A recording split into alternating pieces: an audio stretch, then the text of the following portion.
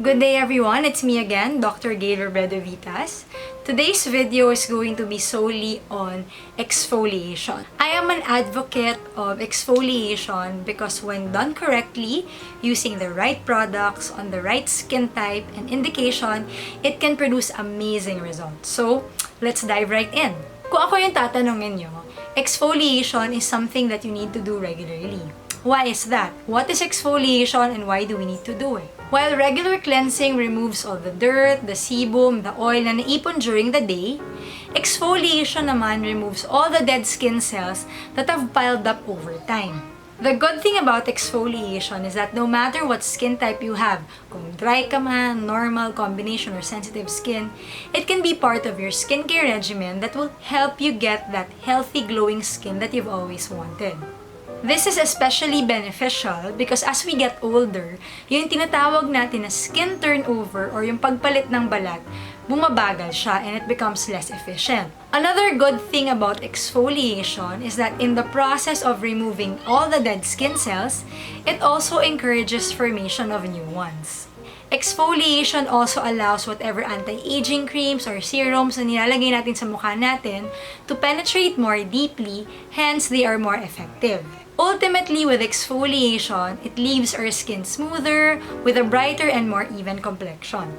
Now, what are the types of exfoliants? There are two types, the physical or mechanical and the chemical exfoliants. Now, I don't necessarily prefer one over the other. I believe that each has its own advantage and both of them do what they're supposed to do, kaya lang iba lang yung paraan. Now, let's start with physical or mechanical exfoliants. They work by physically removing your dead skin cells, and under this category would include your brushes, your washcloths, your loofahs, and your scrubbing agents such as your sugars, your salts, your apricot kernels, your ground nutshells, and your exfoliating microbeads either made up of plastic or cellulose. I personally prefer using scrubs made up of cellulose because they don't harm the environment. Unlike plastic microbeads that can end up in our oceans, that can be eaten by marine life and maybe later on ending up in our food, cellulose is made from plants and are biodegradable. On the other hand, your salts, your apricot kernels, your ground nutshells, although environmentally friendly and biodegradable, pwedeng iba-iba yung sizes nila, and some pieces may have sharp edges that can potentially abrade your skin or irritate it. I recommend using physical scrubs when you notice that your skin is dull, lackluster, or pag ginahawakan mo siya, meron ng parang mga nakalabas na blackheads and whiteheads. Immediately after you scrub your skin, makifeel mo talaga na smooth siya, and the act of rubbing even improves blood circulation to your face so that you have a glow afterwards. Now we go to the second type, which is chemical exfoliants. Chemical exfoliants are made up of acids that break the bonds between skin cells, effectively removing them. It also stimulates collagen remodeling, which then makes your skin firmer and reducing fine lines and wrinkles. The two most common acids used in chemical exfoliants are the alpha-hydroxy acids, so this will be your glycolic, your lactic, and mandelic acids, and your beta-hydroxy acid, which is your salicylic acid. Actually, marami pang iba, and maybe I'll talk about it another time. I can also discuss how different they are from each other, kung saan sila ginagamit, etc. Alpha-hydroxy acids are water-soluble acids and are recommended for most skin types, even yung mga sensitive and yung redness-prone. They are recommended for those who just want to maintain their already good complexion. So kung wala ka namang problema and you just want to keep your skin looking good, you can use your alpha-hydroxy acids. As well as those who desire anti-aging and skin rejuvenation, even those with pigmentation issues and fine lines. Beta-hydroxy acids naman are fat-soluble. So they're able to go deeper, breaking down oil and sebum in your pores, which makes them the ideal exfoliant for patients with oily, acne-prone skin, large pores, and a lot of blackheads and whiteheads. If you have naman oily, acne-prone skin and large pores, and yet you also desire anti-aging and you have pigmentation and fine lines, marami na ngayong products that actually combine your AHAs and BHAs. Maraming klaseng chemical exfoliants out there, and they come in different forms. Merong toners, tonics, peeling pads, creams, and even masks. How do we properly exfoliate our skin, and how often should we do it? Let's start with physical exfoliants. I have 2 physical scrubs I use on my face. One made up of magnesium crystals that is more coarse, and another one made of cellulose, which is more gentle and ideal for those who are just starting with exfoliation. After washing your face with warm or tap water, massage the scrub onto your face with soft circular motions for 1 to 2 minutes. Be gentle and let the scrub do the exfoliating for you. Rinse with water and gently pat your skin dry. Make sure that you read the product label because some actually have to be left on for a few minutes and some have to be rinsed off right away. Now let's go to chemical exfoliants. Chemical exfoliants, on the other hand, are leave-on treatments that are applied after washing the face. I use 2 types of chemical exfoliants, tonics or toners which I apply using a cotton pad, and peeling pads which are pre-soaked with my choice of acid and other ingredients. Apply the peeling pad on your newly cleaned and dried face and neck, covering all areas using light wiping motions, avoiding contact with your eyes. Leave on and let dry. Again, make sure that you read the label for proper application.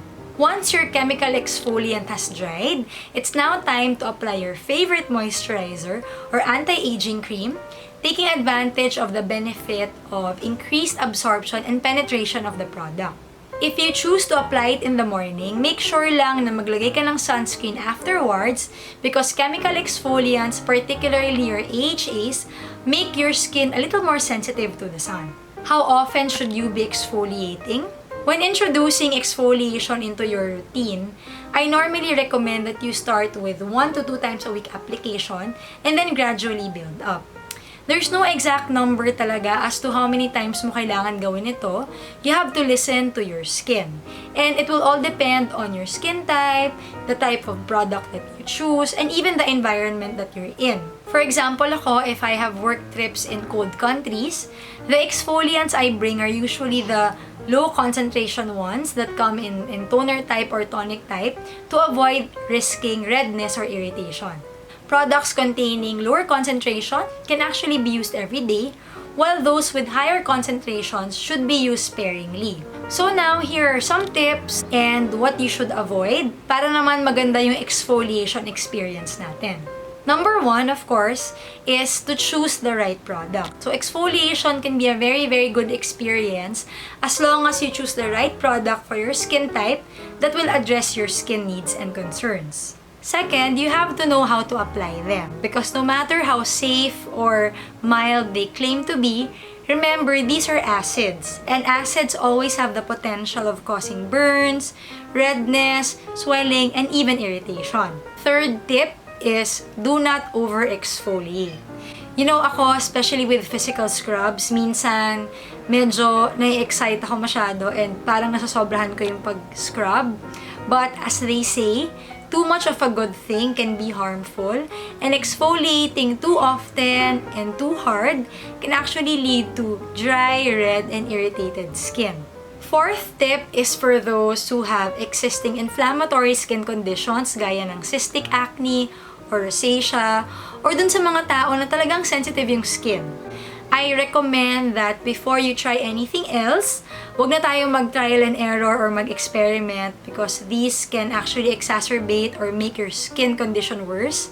Consult your dermatologist, have your skin assessed, and ask for proper recommendations for you. As a final note, exfoliating at home is good and beneficial and is a milder and gentler form of what we dermatologists do in our clinics. For example, ako, I treat my patients using 20 to 70% glycolic acid, 35% salicylic acid, and even TCA 15 to 35% every 4 to 6 weeks. And these peels produce significant results and can treat a variety of skin conditions. However, because of their higher concentrations, kailangan yung gumagawa or nag-administer nito has a lot of experience and will know what to do if something undesirable happens. So this ends my brief video on exfoliation. I hope that I was able to give you enough information for you to actually try it at home. Please watch out for my upcoming videos on the different types of exfoliants.